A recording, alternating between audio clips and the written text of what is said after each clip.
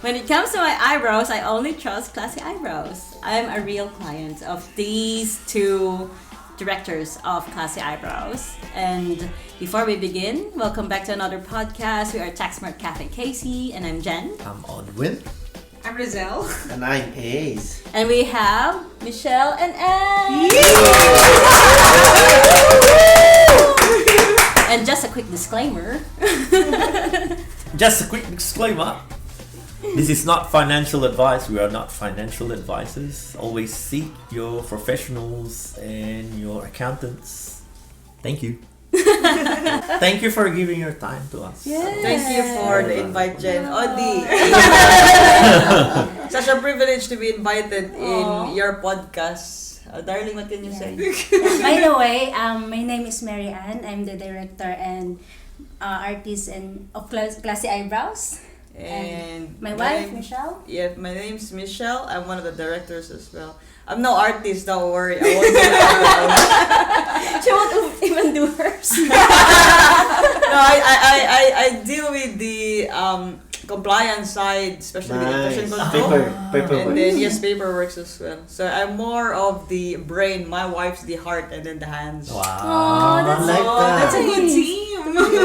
Thank you, guys. So tell us more, when did you guys start Classy Eyebrows? How long ago was that? Yeah, I think we started up 2018. Wow, Yeah. 4 years more. Yeah. Just before lockdown. So we had to wait for my wife's visa because she came in here on tourist visa, and then we had to wait for her rights to be able to work. So she did her further studies to get the certificate, and then once she was able to achieve that, we started dealing up with the business. Yeah, we started with the business, but we made sure that we were all compliant when it comes to the Department of Health side, because they're quite strict. Yes. Because it's a cosmetic procedure. Why don't you tell a little bit more of yourself? As you know, my wife is full of talent. She doesn't only focus on cosmetic tattoo. She was also doing pole, and then aerial silk as well. Wow. And then a band. So Amazing I don't know how talent. manages it. Yes, of course. Yeah, and she No one owns can a deny. whole studio back in Philippines, right? You're one of the Instructor. Instructors. Yeah. Yeah. So She's another octopus. She does everything. yeah, she did everything. So back home when she was in the Philippines, cosmetic tattooing was just like her part-time profession. Not a profession. It was like her passion. And then when she came here, I think she realized how big the industry is in here. So I think she decided to focus on cosmetic tattooing. But as you can see now, I don't know how she manages all her activities in 7 days of the week. So she sings, she manages the social media side of the business, and at the same time in cosmetic tattooing. So I'm just there to support her 7 days of the week as well. Yeah. So cool. That's so nice. You've mentioned about marketing. I've just checked the Facebook. So you have about 20,000 followers on Facebook alone. Yeah, I I know. see. And the Instagram's even more. Yeah, Which so- is, how many was it? 30,000? I don't know. I think 30. Lost count. Lost count. I can't keep track. So if you would be able to give advice to other businesses, how should businesses manage social media marketing? I think I remember yung sabi ni Anne, before you have to hire, no, outsource from the Philippines. Yeah. And then she grew your Instagram, diba? Yeah, and Facebook and TikTok. Mm. But now, kasi busy na siya masyado, so ako na nag-maintain. So how many times in a day ka nagpo-post? Sometimes, pag may mga time ako, maka-story pa ako and then maka-post ko, but hindi na siya talaga masyado updated ngayon kasi medyo busy na. Wow. But that's still, araw-araw pa rin, di ba? But you're still consistent, right? Consistent. So that's Yeah. amazing. Yeah. It's a lot of work. It is a lot of work. Yeah. So there's only 24 hours in a day. Imagine her Absolutely. doing probably 8 to 10 hours That's a lot. with a business, Mm. and then she has to sleep, and she has to practice for her Yeah. band. So probably she has about 1, 2, 3 hours. Left. So, yes. So when I wake up in the middle of the night, I can still see her on her phone. Nag-market ka ba? Yeah, she's still on her phone. Wow. And then, I have to remind her you have to get some sleep because you have to look after yourself as well. Mm. Yeah. Yeah. Especially during the COVID season. Yeah, that was worst time for us. Imagine may mga 4 o'clock in the morning pa, nagmamarket pa ako. Nasa Pinoy in Wow. Melbourne pa ako. Shoutout nga pa, nasa Pinoy sa mga Pinoy Melbourne na mga admin. Salamat sa inyo kasi ang laking tulong po sa amin yung mga small businesses na nag-start. Na wala masyadong friends dito, wala masyadong family. Nandun kami nagpo-post, but ngayon medyo marami na kaming clients. Yeah. Shout out. So if you want, kung gusto niyo magpagawa ng eyebrows, you have to book way ahead. Yes, because she's fully booked now. She's fully booked now. I usually fully booked for the next 2 months. Wow. 2 months. 2 months. Oh my Good job, goodness. guys. Yeah. Oh, it's even worse, I think, on Christmas season. Yeah. So Yeah. Christmas season is the busiest. Everyone wants to. So They have time. Man. I think December's almost booked. It's Full- like booking for accommodation for Christmas. So expect that on Christmas you can see her, you can find her. And your price doesn't go up. No, it's the same. It's the Very same. good. Yeah. Even if it's public holidays, it's Yeah. the same. Wow. So if you want to look good for Christmas, Book start now. booking now. We're just Don't miss out. Pero ang galing, no? It's another story of hobby turned into full-time. Mm. Full-time, di ba? Full-time. Full-time Yeah. business. Yeah. Grabe. Yeah. Ano yung nag-drive sa'yo? Kasi lakas ng loob yun eh, no? Yung pag-convert ng hobby to business. Yun yung passion ko, and then yun din yung business ng family ko. okay. Then, yeah, maybe dun ako na-push din. Oh, yun. And then, kasi yung partner ko very supportive masyado. Yeah. Kung ano yung mga gusto ko, ibibigay niya din. Aww. So, yun. I'm getting a Yeah. vibe here that power couple. Yes, like definitely. work together, then it's gonna do massive things. Yes. Yeah. Kasi hindi mo talaga kayanin ng ikaw lang mag-isa. Mm. Yeah, and very important talaga to have someone Support. supporting you. Yeah. Mas nagsasucceed. With all the businesses that we've interviewed, mas nagsasucceed talaga na may If sabay kasama. sila. Yeah. Yeah. So it's fair to say she's a support system din sa Yes, business mo. number 1. Aww. So, Michelle, busy, 2 months. Kwento mo nga yung day mo, day-to-day activity. What time you wake up, anong ginagawa first thing, and then during the day, how many clients. Nung magla-lunch ka ba? Or ano ba? Yan. Kasi first time ako makamit ng yung siya talaga yung mahawak ng, Yeah. ng business. Yeah, so first thing in the morning, magkausap lang kami, and then diretso na ako sa work kasi ang layo ng travel ko, nasa kabilang kwarto na.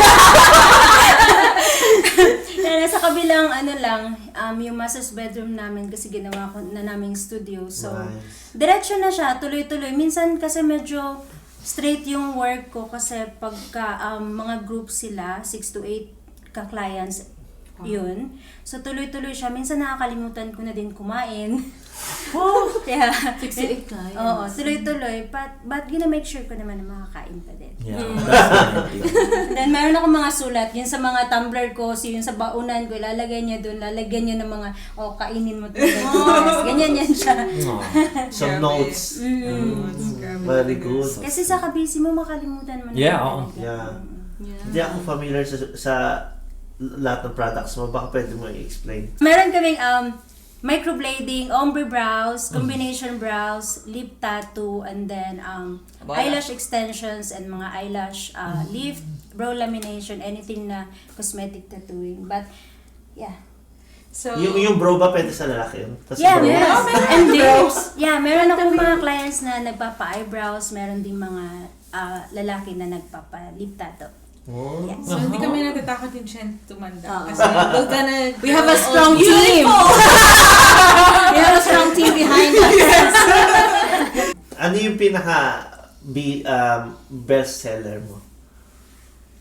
Sa ngayon, puro mga eyebrows. And Eyebrows. lip tattoo and eyebrows. Oh, wow. Yeah, sa ngayon, yeah. There's a person behind the camera. Special guest as well, oh. We have Dave. Come on Dave, in. Come and join our interview. Hi guys. Welcome back. Welcome back. So Yeah. we're continuing to interview Classy Eyebrows. What's your question, Dave? Okay, so my question is, this is gonna apply to us as well. How do you manage your time? Kahirap. Paano ba? I remind her. I'm her reminder. I'm her secretary. To eat, because I can't manage her time when it comes to clients because Yeah. every client is different. So sometimes she can spend 3 hours. Some clients she can spend 1 hour. But the rest of the day, I remind her you need to look after yourself. Sleep is very important. Nutrition is very important. Yeah. So I work as a nurse as well. Sorry, from Well, there you go. So I'll look after her health, and then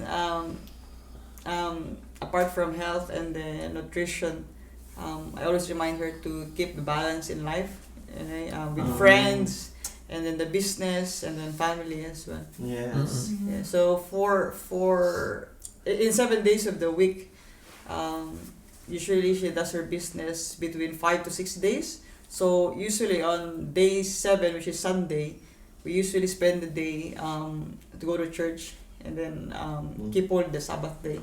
So I think that's very important. Yeah. Yes. And, keep the Lord center in our Yes. business and then our life and then ourself as well. Yeah. So that's your day off. Today's our day off, yes. Thanks for spending it with us. Today's And our Jesus. day off. Yeah. And let's go back dun sa unang-una mong client sa Australia. Very interesting. How was your experience? Nag-practice ka ba muna with friends Yeah, may before mga- sumalang or Yeah, bago kami bago i-release yung aming certificate, meron kaming mga model na mga live model. Bago i-release kung okay ka na ba mag-start ng Mag-start business. ng business. Yeah, so yun, ang first na client ko from Geelong. Ang layo. wow. So yeah, siya. And then, Paano ka nakita ng taga Geelong? sa Pinos and Melbourne. Again? Then, yeah, Pinos and Melbourne again. Then ako nagpo-post and then doon niya nakita. Member din siya doon. And then, yun, pag uwi niya, nag-recruit siya ng mga friends. Tapos, ayun, dumami na ng dumami. Word of mouth. Yeah, word of Word of mouth. mouth. Shout out Wow. Pinas and Melbourne. And Geelong, Really sobrang helpful. layo. Kaya nga eh. To tell them about, it's about almost 2 hours. 2 hours to drive? And estudyante pa yun talaga. Nagtitrain Oh, wow, pa siya effort. papunta. Oo. Nawala pa siya, sinundo mo sa train station. Oh, that's so sweet. Wow. So, And paid yun. Paid. Wow. So Michelle, before you started the business, ano yung mga due diligence na ginawa nyo? I deal with the compliance side of the business. So first is council requirements. So they have a list on their website on what the business has to comply when it comes to health requirements. Kasi cosmetic tattooing nga siya. They're very strict when it comes to skin penetration. So as far as I know, every council they have extra requirements, but they're almost the same in comparison or related to Department of Health. So I think their main requirement for a cosmetic tattooing business to run is yung hand washing. So we actually purchase it's an investment for us. It's not that expensive, but it was very important. The portable sink. I think that time it was about 2,200. When we started, that was the biggest investment for us. Yeah. And then the good thing about it is it's portable. So kahit saan namin nilipat yung yeah. Okay studio. na. So I think sa ngayon naka-tatlo or 4 na kami nalipat ng studio. Oh, very Then we happy. ended up landing in our own home. And then another requirement from the council is making sure that all your equipments are sterile. So we don't use reusable equipment. So lahat disposable. Correct. Yes, and then before that, na train ko muna si Anne or my wife on how to do proper hand washing. So, every day. From a nurse. yeah. Oh wow, there you go. Infection Yeah, control. every day. Before the COVID. Yeah, before COVID. Even before COVID, so you already know you gotta go like. Yeah. Surgical hand washing. Oh man. And plus you can sing. So, Happy birthday. Happy birthday. Happy birthday. Sabay sa hand wash. So even before COVID, Yeah. you knew how to wash the hands. Mas stricto pa siya kaysa accounting. Grabe yung tinuturuan ko niya, nanginginig ka talaga. Pero yung council na-approve na ako diretso, wala nang question. Kasi mas gusto ko na above and beyond ang Yes, standards that's rather than substandards. That's right. Yeah. So I think isa din yun sa nilulook forward ng mga clients kasi Yeah. alam nila na ang business is run by professionals, hindi lang yung basta-basta na parang pupunta ka ng palengke. And I Correct. make sure na they don't get any transmissible disease. Correct. Kasi it's a cosmetic procedure that you can get hepatitis B as well. Yeah. Oh. So, and then hepatitis C. Kasi Yeah. involved nga ang Yeah, needles. needles. Oh yeah. So, meron kaming forms na, yun din, very important is consent.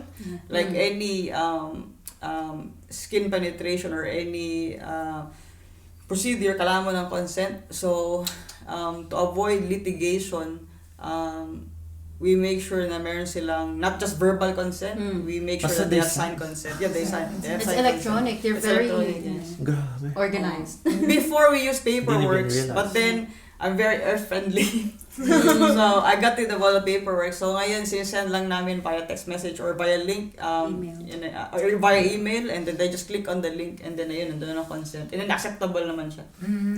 So yung mga processes nyo and how to run, yung mga behind the scene processes, that ikaw yun, Michelle.